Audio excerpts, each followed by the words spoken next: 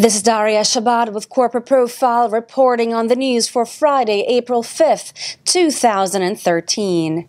Today in the news, Shanghai murders chickens over bird flu, yet another TSA blunder happens at JFK Airport, and the Korean conflict is escalating.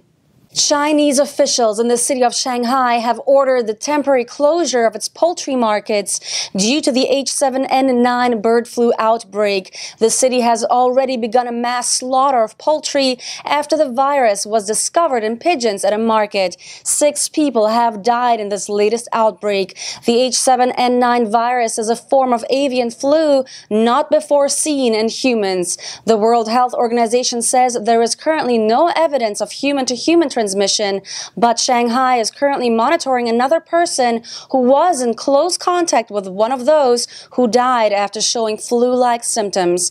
Officials ordered the slaughter of at least 20,000 birds after the virus was detected in pigeons sold in Huhuai market.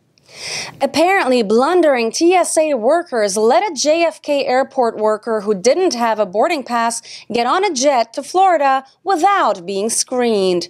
Marcelino Aponte of the Bronx had a reservation on Delta Flight 2159 from JFK to Orlando Wednesday night, but he had no boarding pass nor a proper ID, and federal TSA screeners turned him away at a security barrier. So with no further ado, Aponte, a Delta employee, used his work ID to make his way to the jet via the airport's secure areas. I mean, why not? He has the authority to do so, right? Not. Agents lost track of Aponte, and TSA officials allegedly waited until 45 minutes after the breach to call Port Authority cops, which did not give them enough time to apprehend Aponte, and he took off on the flight. Aponte never cleared airport metal detectors, and his hand baggage was never surged.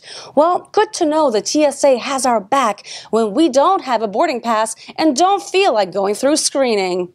It looks like things are getting serious in the tension between North and South Korea. A day after the North moved a missile to its east coast, South Korea has deployed 2 warships with missile defense systems. Military officials told South Korean media the 2 warships would be deployed on the east and west coasts. Seoul has played down the North's missile move, saying it may be for a test rather than a hostile act. Yeah, right. Especially when we take into account the recent rhetoric of Pyongyang, we might as well expect the worst at this point.